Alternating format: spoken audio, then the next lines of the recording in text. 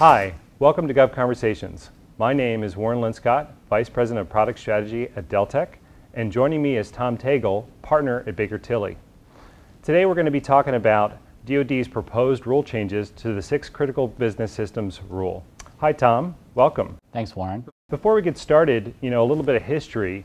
The DoD initiated these rules back in 2010, and the intent was to provide DCA authority to go and audit 6 different systems for government contractors: their accounting system, their materials management system, their estimating system, their earned value system, their procurement system, as well as their property management system. Recently, over the summer, a new proposal has been put in place to change these rules. Can you tell us a little bit about what that's about? Sure. The proposed rule, as currently written, contemplates a new requirement for contractors to annually self-certify their compliance with the different business systems, as well as hiring an independent CPA firm to conduct a triennial audit. It's important to point out, I think, that the 3 systems that DCAA is focused on are the accounting, estimating, and MMAS system. The other 3 systems that you mentioned are currently reviewed by DCMA. Great. So what's the impact of contractors when this rule becomes final? Well, once the rule becomes final, and effectively it's for CAS-covered segments or entities, they're going to have to hire and retain a CPA firm to do this triennial audit. They're also going to have to go ahead and go through an annual self-assessment phase. The government, in proposing this rule, has talked about how the number of hours to complete this self-assessment should be very minimal. Hopefully, if you're already doing some of the things required under the current rules, it may not take that long to do that self-assessment. If you're not, or if you've had changes, it might take a little bit longer. So what are the systems that are affected, and what can contractors really do to prepare ahead of this becoming final? Well, the 3 systems that are impacted by this rule out of the total 6 for business systems are the accounting system, estimating system, and MMAS, or material management and accounting system. The other 3 systems, purchasing, government property, and earned value, are covered by DCMA or reviewed by DCMA. If you're going to be subject to this rule, go through a process where you're self-assessing right now. Why wait? What is to be gained? The rule as currently written, probably the criteria are not going to change greatly, and you can go through the process now before there's a mad rush out there for independent CPA firms or even self-assessments to be performed. So where is DoD in the process of getting this rule finalized? Well, DoD definitely has the ball. There's been a number of proposal responses or comment letters received by the DAR Council. And internally, I believe they have a date in early November to produce a final rule. As context, last time when the business system rule first came out, there were hundreds, if not thousands, of comment letters received. This time around, there are only about 25. Should be a lot easier for them to process that and respond. Industry groups such as AICPA and others provided some really meaty comments for the DAR Council to consider. If they follow their process, they can do a number of different things, from issuing another proposed rule, issuing an interim rule, or issuing a final rule.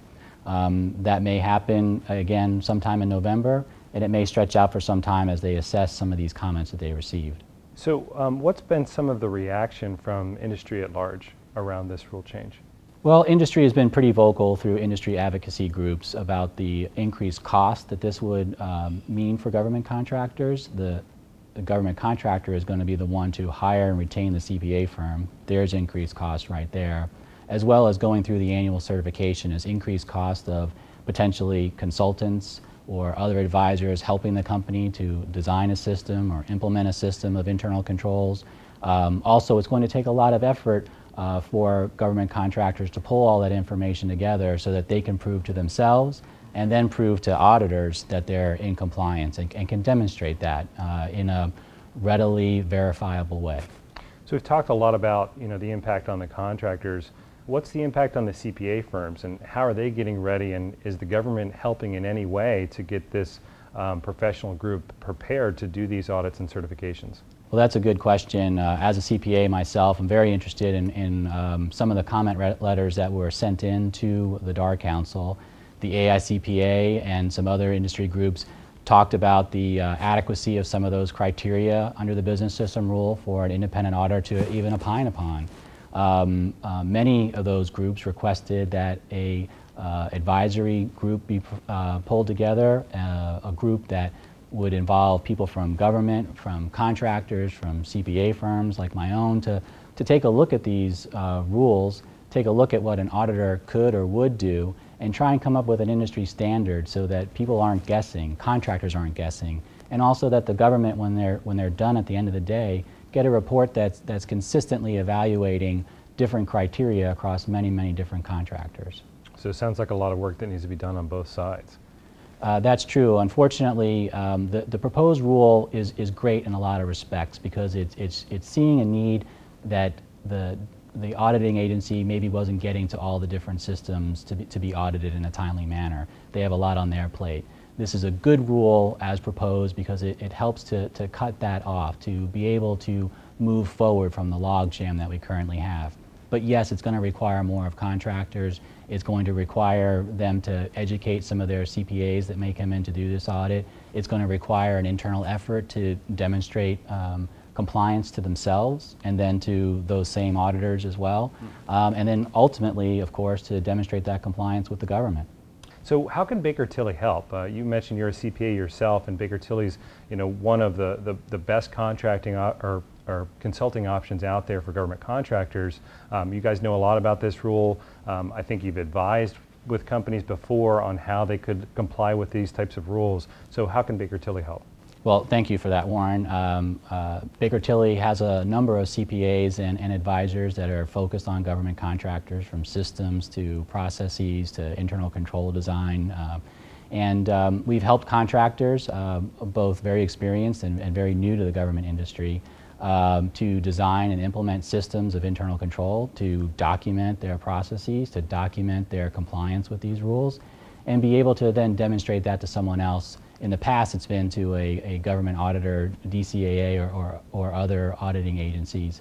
But we can assist contractors put the frameworks together that will help demonstrate to themselves and then to others, even more importantly, I guess, that they have compliance with these three rules. And it's going to take people that understand the industry, understand and can quickly understand a contractor's business to be able to tailor an approach for each and every contractor that's out there. And I think that's good advice. It's one thing for someone to do a self-assessment on their own systems, but if they're bringing in a third-party CPA firm that's never really done a system certification, having a third party like Baker Tilly could really help speed up that process and lower the overall cost of the compliance.